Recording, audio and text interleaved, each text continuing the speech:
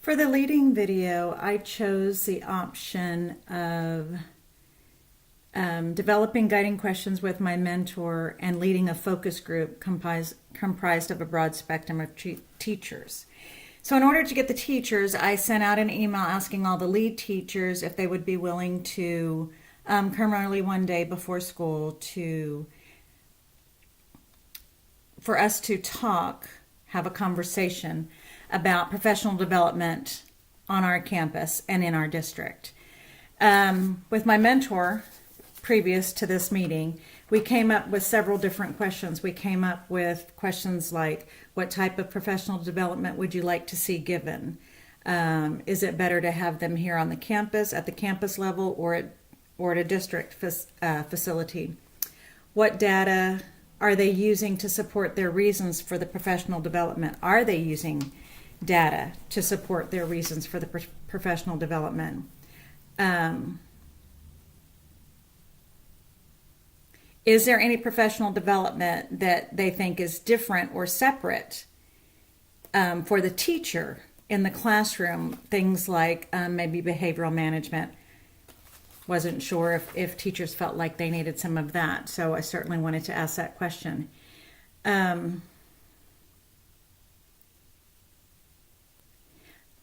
Technology professional development. Did they want to see more technology professional development? And if so, again, would that be campus-based or district-based? Then we had given our last professional development held in January after the Christmas or the winter break, was on campus, teacher-led, and they were given a choice with an exit ticket at the end of the professional development. So I wanted to hear the feedback from the teachers based on that information, if they enjoyed it, what they enjoyed about it, and basically what their perceptions were about that. I also asked, well, actually, I just told you all the questions that I also asked that I have here on my piece of paper.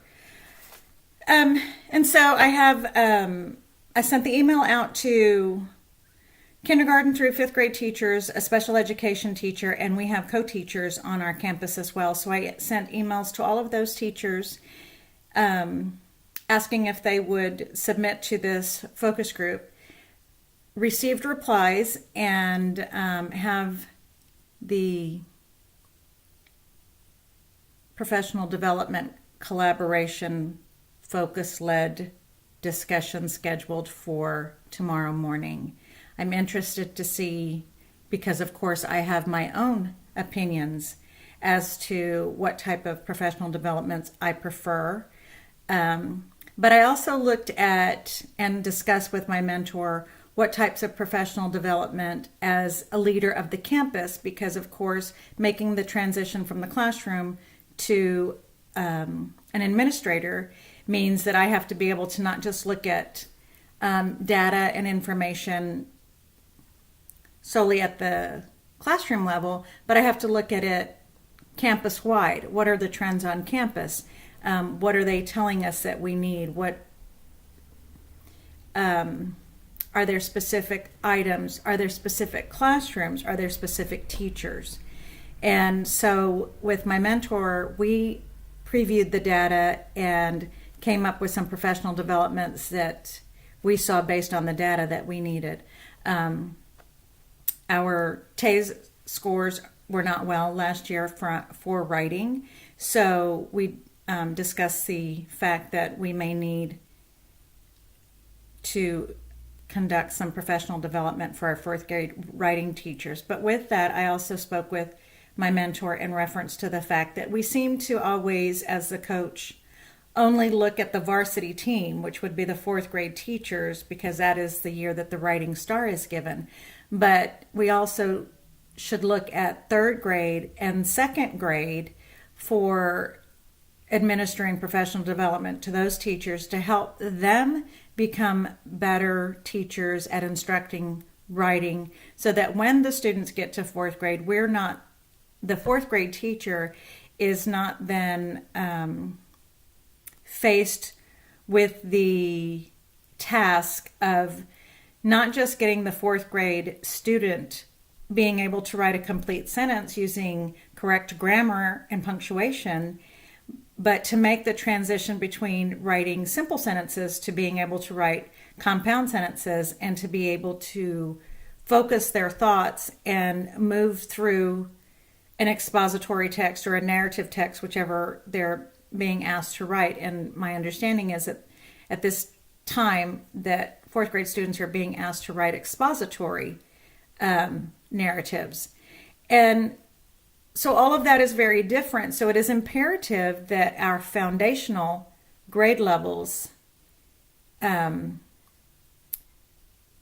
do a better job of getting our students to write better sentences and to at least be able to write paragraphs based on a certain topic. And so in that respect, then we discussed breaking down the professional development, what it should look like for fourth grade, what it should look like for third grade, and what it should look like for second grade.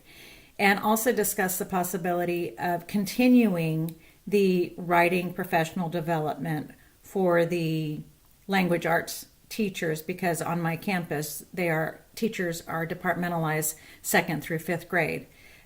So that they feel that they have adequate support, and this way the task of taking everything back from a professional development is not laid on the teacher at one time. It is a gradual release, just like we do with our students in our classrooms, to the teachers as well, so that they are supplying a better foundation in writing. I'm looking forward to the focus group in the morning to hear what they have to say, and then being able to wrap up and make recommendations to leadership.